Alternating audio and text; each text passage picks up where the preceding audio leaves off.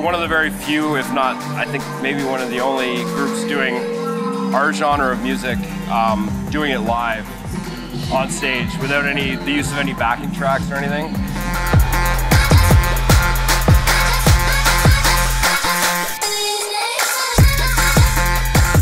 So I've got my SPD-SX, 2 PD8s, TD30 kit, 2 KT10 kick triggers. So basically we have like we do 2 different 808 notes in a lot of tunes. A lot of songs are like varied 808s. So the KT10s kind of allow us to be able to, or allow me, I guess, in the group, to be able to play 2 different kick tones.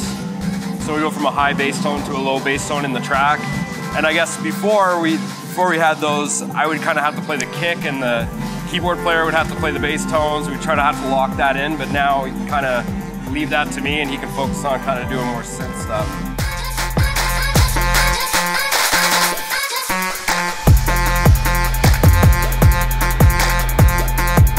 Well, initially, the biggest challenge was when we were doing festivals. It would be this DJ with like produced mastered track on before us, and then we would go on with my acoustic drums, and the volume would just go half because you couldn't get it that loud without it feeding back in the PA. So it was always like this weird, you know, loud, loud, loud. Keys and Krates goes on, it goes quiet.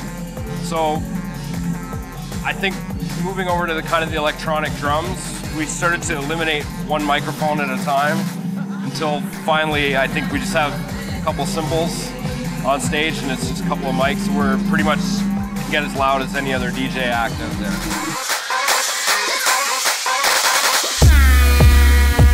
In the rehearsal room, it's usually electronic music and then all of a sudden these toms come out of nowhere.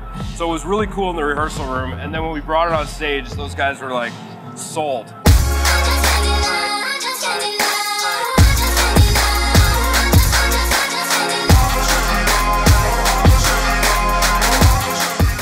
Yeah, the travel's been good. I found a case to kind of fit all the toms in, the brain.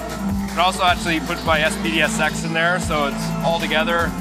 And then I basically just get the cymbal stands backlined and add the clamps onto them. So I've kind of got my own little rigged up way of using the TD30, and the same thing with the SPD-SX.